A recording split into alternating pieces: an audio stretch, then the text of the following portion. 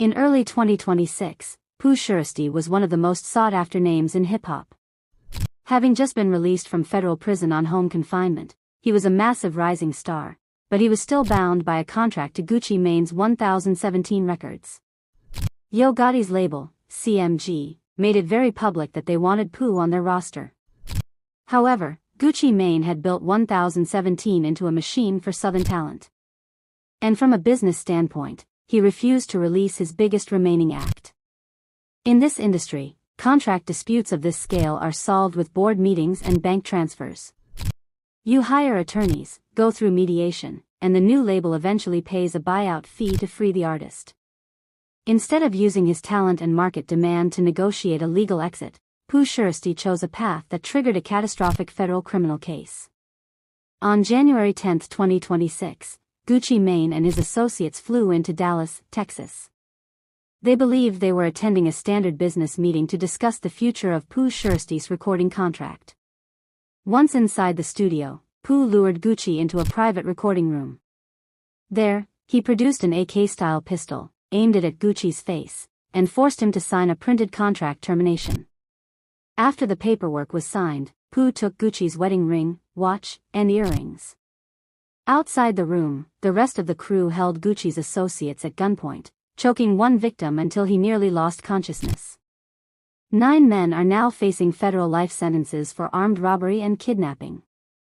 For federal investigators, the biggest question is who originally orchestrated the setup. This was not a spontaneous robbery. Federal investigators documented a coordinated operation involving multiple vehicles traveling from Memphis to Texas in the days leading up to the attack.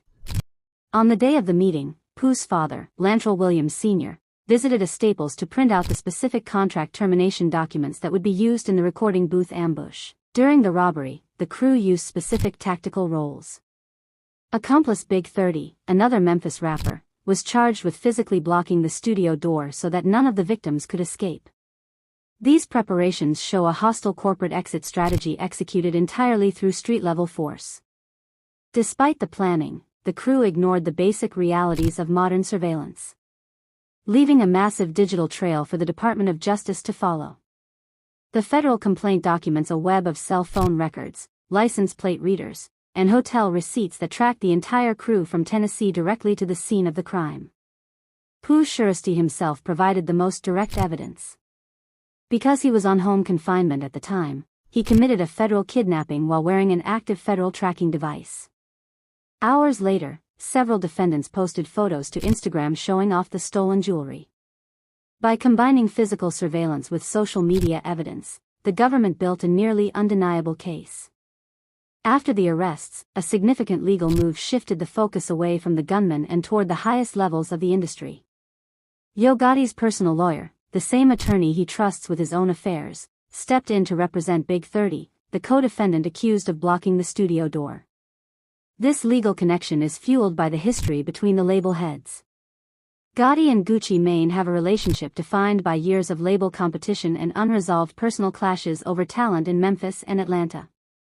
Sending a high-level personal attorney to defend an affiliate in a federal kidnapping case raises immediate questions about whether this is an act of charity or a display of loyalty and protection for those involved. The Department of Justice doesn't just look for the people in the room.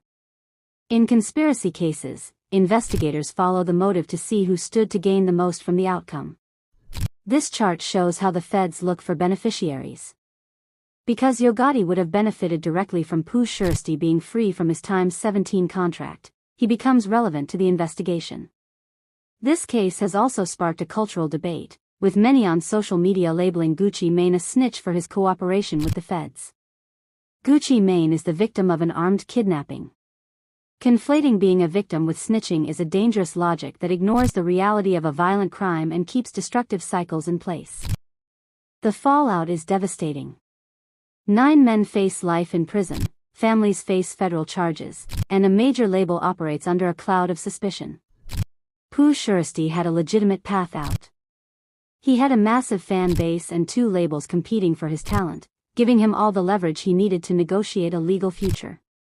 By applying street tactics to a corporate contract dispute, an artist destroyed his freedom, proving the music business and street violence are a fatal combination.